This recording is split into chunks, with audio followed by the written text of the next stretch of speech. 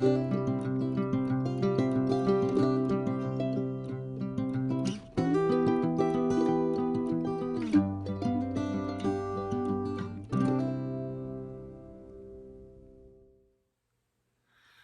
guys, and welcome back to the 30-day poetry challenge. I realized that I messed up last video and I said that that was the 4th video, but it wasn't. It was the 5th, which makes this one the 6th. Numbers are not always my friend. Anyways, today we are going to talk about finding poetry in prose. Now, the books that I love, the books that really kind of suck me in, are the books with writers written by people who have a strong sense of poetry, of poetic language. So, I mean, really, it doesn't matter. The structure doesn't matter. It's still poetry, and I find it's often the beginning of books, because the beginning of the book really sets up an expectation as to how the rest of this book is going to sound. The characters that you're interested in, the intrigue, it's the hook, it's got to hook you. So the difference between poetry and prose. Poems have a poetic meter. It's a basic rhythmic structure. So you can hear the rhyme. But prose is just language. It's just written as language is written, in an ordinary form, without the metrical structure. So it's just basically a paragraph that can be turned into a poem. And I've got a couple of examples for you that books that really drew me in, where that's what the author did. They definitely injected poetry into the first paragraph of their story. And that's going to be the challenge today. Maybe I'll read to you first, and then I'll give you the assignment. I just want you to listen. So, one of my favorite books, it's The Birth House by Amy McKay. It's about a small rural community in Nova Scotia where there was no doctor, so they had midwives. They all had midwives, but of course, sexism comes along and appropriates that kind of work, that kind of women's work, and kind of demonizes it. It's all about what happens to the women when they don't have access to a midwife anymore, and what happens to the midwives. What's their fate? So, Amy McKay. The beginning of the book. My house stands at the edge of the earth. Together, the house and I have held strong against the churning tides of Fundy. Two sisters, stubborn in our bones. Now, if we broke that down, that's a poem. The first line would be, my house stands at the edge of the earth, period. Next line. Together, the house and I have held strong. Next line, against the churning tides of Fundy, period. Two sisters, stubborn in our bones. Great last line for a poem, right? Right? You get it? You get it? Okay, so there's another part that just, I mean, it's poetic all the way through, but I figured I would read you another part that's just a little bit in. Men wagered their lives with the sea for the honor of these vessels. Each morning they watched for the signs. Red skies in morning, sailors take warning. Each night they looked to the heavens, spotting starry creatures or the point of a dragon's tail. They told themselves that these were promises from God, that he would keep the wiry, cold fingers of the sea from grabbing at them, from taking their lives. Sometimes men were taken. On those dark days, the men who were left behind sat down together and made conversation of every detail, hitching truth to the wives' tale while mending their nets. Beautiful.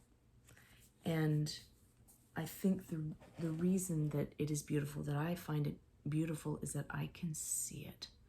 There's something about poetry that makes writing really visceral. So really, Okay, that's the assignment, is think about a place, or actually go to a place in nature, go to your favorite rooms, whatever it is, and think about, what am I seeing? What are the colors? What are the shapes? What am I hearing? Is there a fan going? Is there music playing? Are the neighbors arguing? What can I smell? You know, I put some perfume on and it smells like roses. Someone is making, you know, burgers outside, so I smell the barbecue. And if you're tasting anything, the lip chap that that you put on. And if you think about all of those things, because there are things that you experience with your body viscerally, you are giving those to the reader to experience themselves. So it's like they are then sitting there smelling the sunscreen, smelling the barbecue, feeling the wind on their faces, smelling the scent of freshly mown grass that's kind of tumbling over their head, you know, and looking up and seeing the bright, bright blue sky with a small trail of clouds that looks like a dragon. If you give that to the reader to experience, they're in it. They're there. They're hooked. And well so. All right, another example. Love this book, Circes, by Madeline Miller. So this book is about the demigod Circes, who is the daughter of Helios, the sun god, and her mother was a witch, and she kind of hid that. She just kind of floated around up there with all the gods and pretended her children didn't exist. Particularly Circes, because she was part witch and not a goddess. She got herself into trouble, you know, doing what she did, and she went to an island and said, fine, I'll be alone on an island by myself. And it was kind of a banishment, and she's like, whatever, fuck you. I'm gonna do witchcraft, and I'm gonna do this by hand. I don't need to be a god. I don't need things to be easy. I want things to be work.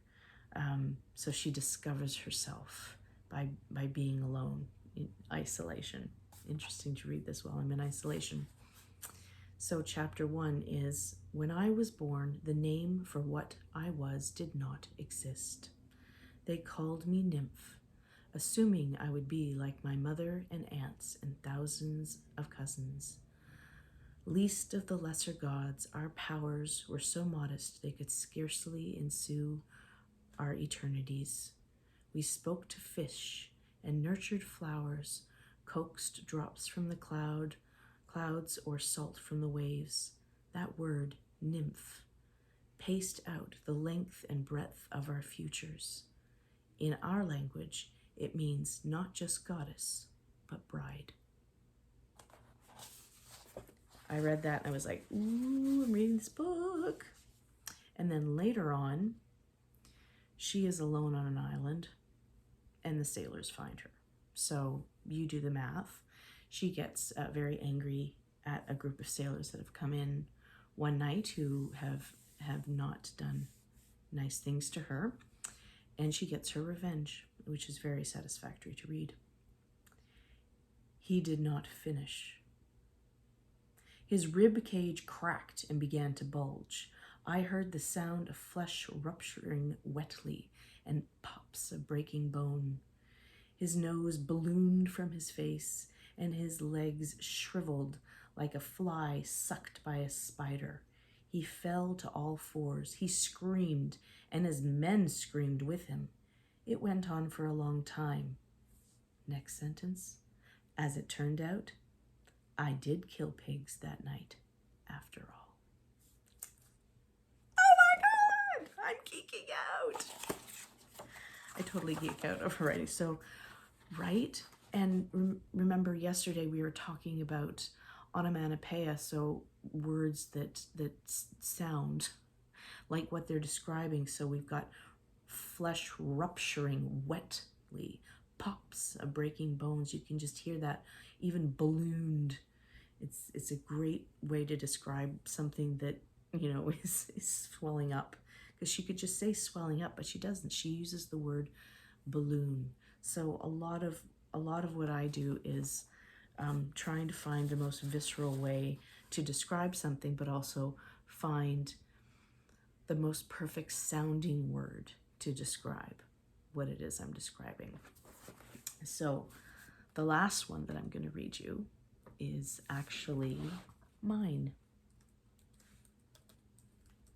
I am very proud of myself because I started a book called Burning Girls, and as an exercise, I did an exercise at the beginning of it. My writing coach gave it to me, and it was, take the first line of a book that you love, and use that as a prompt, and let that guide you. So, because I had just finished Circe's, I picked the first line of her book to start mine.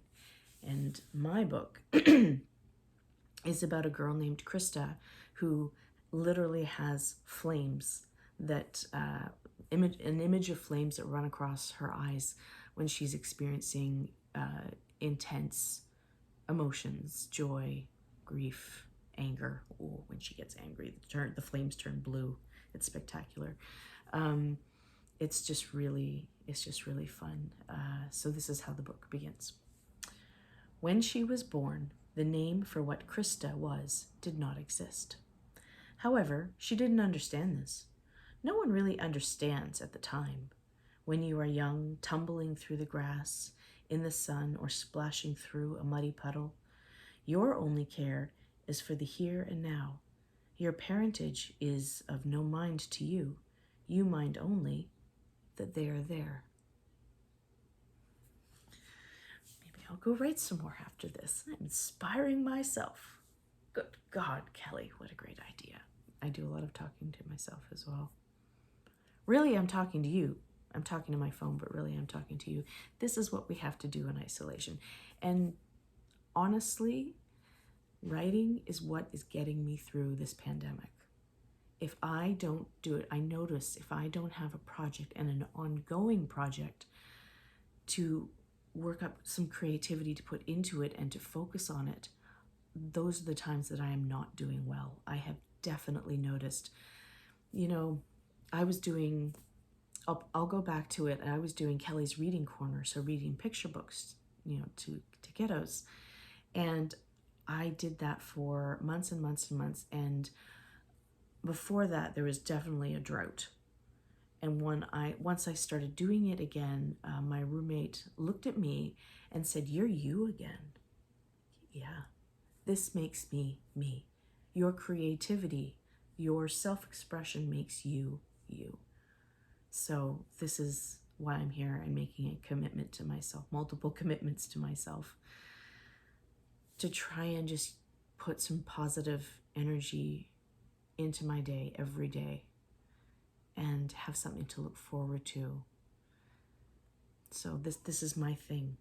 This is my thing. So if this is your thing, go to a place or go to a place in your mind. Use all of the senses: taste, touch, hearing, smelling. 5 senses: taste, touch, hearing, smelling, seeing. Seeing. I'm going to keep that in the video and not even as a blooper. So go to a place in your mind and close your eyes, think about all the senses. So sight, well, you can close your eyes just to see this. Hearing, smelling, tasting, touching, cover them all. And then pick something that you want to say about this place. Why is this special? So describe for your reader in visceral terms, in poetic terms, in a paragraph, what it is like to be in that place, using all of the senses, and then spend time picking the words that sound right in order to create that paragraph that puts the person in your shoes. Walk a mile in another person's shoes. well, you kind of do that when you read. So let their journey be an interesting one, and one that they can really see themselves in. So I'm geeking out again. I might want to go do some writing and some reading and everything, but I hope you guys are having fun. And even with this challenge, you don't need to do this every day. You don't need to officially join. Just pop onto this page and watch a video if you need a prompt, if you need some inspiration. That's what I'm here for. And this is going to stay up. This is on YouTube forever. And you can just use these over and over again. And yeah, hopefully they'll work for you well. All right, take care. Stay home and write poetry in prose. And I will see you next time on the 30-Day Poetry Challenge. Bye. Thank you for joining us on this wonderful journey into poetry. And I'd like to wish you good luck with your own writing and poetry projects. Please subscribe so you don't miss a day. And thank you so much.